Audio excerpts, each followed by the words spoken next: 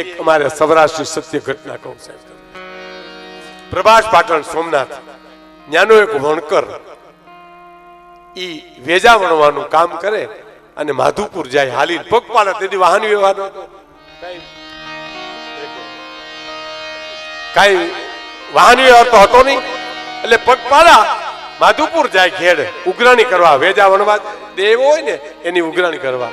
એમાં ગીર ખોરાસા આડું આવે ગામ, બનેલી હકીકત ત્યાંની છે. એટલે પાણી હેડે કુવારે કાંઠે બાયું પાણી ભરતી હતી ને, એને તરસ લાગી વણકરને હરિજનને. એટલે ત્યાં કુએ જઈને કીધું બેન તરસ લાગી, પાણી પીવું છે મારે. તો કે હા ભાઈ લ્યો હું શીશીને તમને પાણી પાઉં. એટલે ઘડો જાવ દીધો કુવામાં, પાણી ગરેથી શીશી અને કીધું કે લ્યો ખોબો ધરો. એટલે ખોબો ધર્યો અને પાણી ખોબામાં નાખે. એ પેલા બાઈ પૂછ્યું ક્યાંથી આવો ભાઈ? કે પ્રભાસ પાટણ થી આવું. કેની કોર જાવું? કે ઘેડ માધુપુર જાવું. એમ તો હા અમને તો એમ કહીને બાઈ બંધ થઈ ગઈ. સાંભળજો મારી માતાઓ બેનો વડીલો, એમ કહીને બાઈ બંધ થઈ ગઈ. એટલે વણકર જે હતો એને હાથ લઈ લીધો કે બેન એમ કેમ તે કીધું કે અમને તો એમ કે. તો કે અમારી બાયુની વાત છે ને તમને કાંઈ ન સમજાય. બાપા પાણી પી લ્યો ને ખોબો ધરો ને પાણી પાવ. કે નહીં હવે ખોબો જ ધરવો, પાણી પીવું નથી, પણ મને વાતનો ખુલાસો કરો. વણકરો હા બહુ કરગર્યો, બહુ કાકલુદી કરી.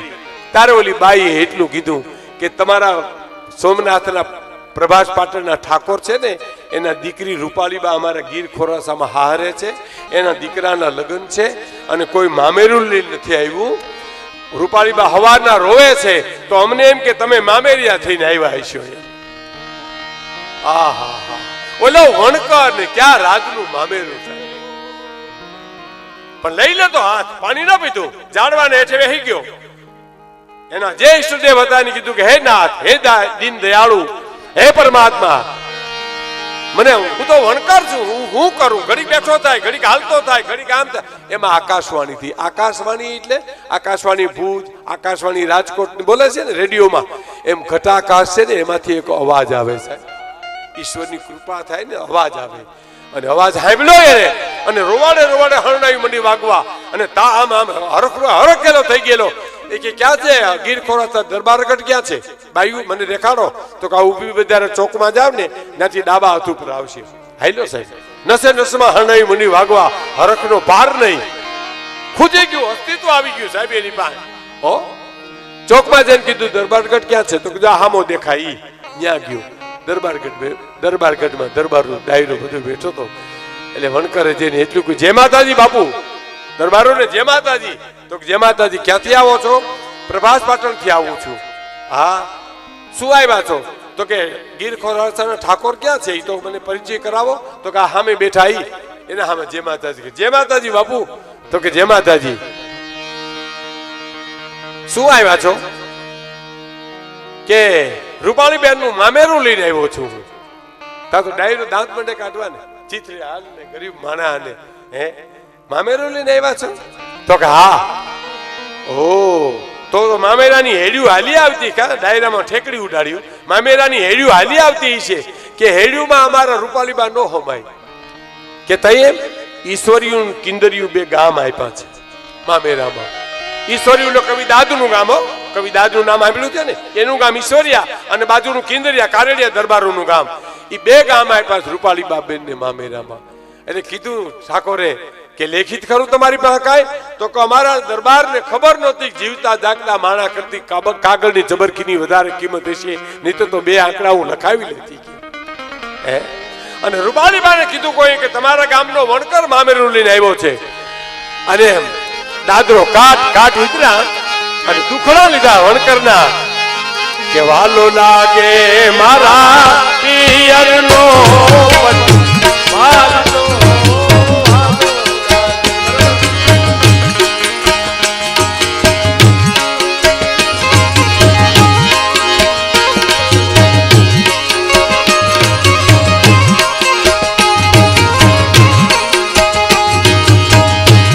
લાગે મારા પિયરનો પરિવાર જો, લાગે મારા પિયરનો પરિવાર જો.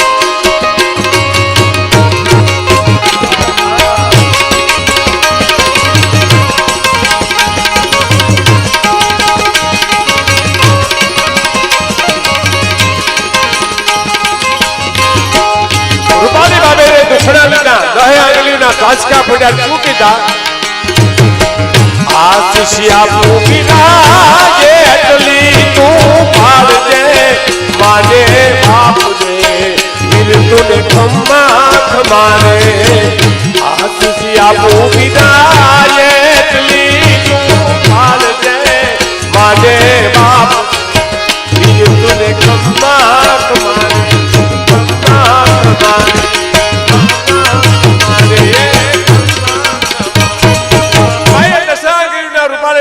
રાશકા ફળ્યા ને દુખણા લીધા પછી ઘેર માધુપુર જવું પડતું મૂકી અને આવ્યો સોમનાથ રાવણકર વાસમાં સાહેબ અને એની માં બેઠી હતી આવીને એટલું કીધું માં હા બેટા ઘેર માધુપુર જે આવ્યો બેટા વેલો આવી ગયો માં હું પૂગ્યો જ નથી બનેલી કીધો મેઘાણીભાઈ ની લખેલી સાહેબ માં હું પૂગ્યો જ નથી ઘેર માધુપુર કે કેમ કે માં હું તને પૂછું કે રૂપાલીબા નું હારું ગીર ખોરાસા તો કે હા રૂપાલીબાઈ હારું ન્યા છે તો કે માં કોઈ મામેરું લઈને નથી ગયું કે બેટા એમાં આપણને શું ખબર પડે રાજના વ્યવહારની આપણે કઈ ખબર પડે બેટા આપણે નાના માણા કહેવાય કે રૂપાલીબા રોતા હતા અને એક બાઈએ મને મેણું માર્યું કે તમે રૂપાલીબાના મામેરિયાથી ને આવ્યા હશો હા પછી બેટા શું કર્યું તે કે માં બીજું તો કાંઈ નહીં પણ સોમનાથ પ્રભાસ પાટણના ઠાકોરને પૂછ્યા વિનાનો ઈશ્વર્યું કિંદર્યું બે ગામ રૂપાલીબાબેન ને મામેરામાં દઈને આવ્યો છું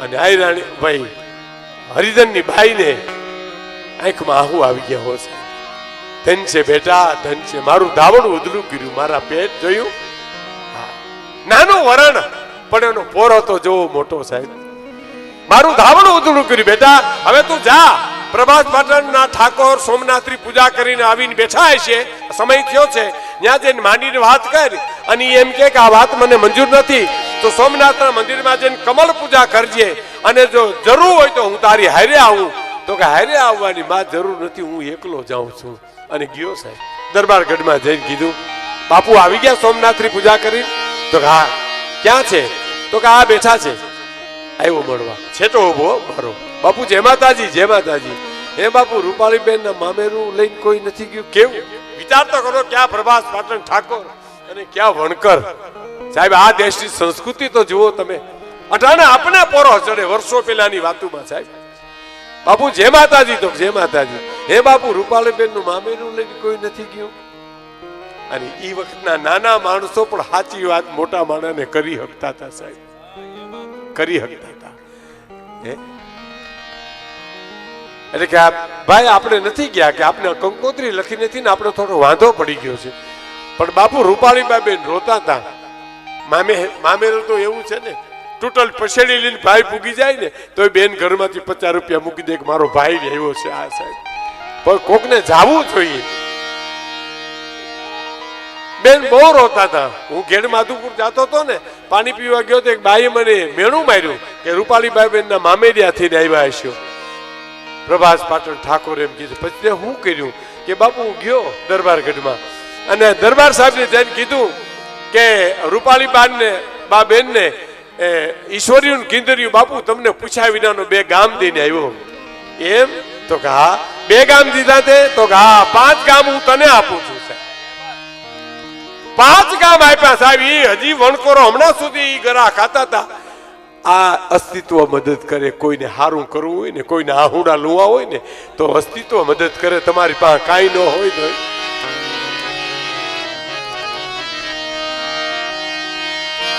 એટલે મેં ઘણી લખવું પડ્યું છે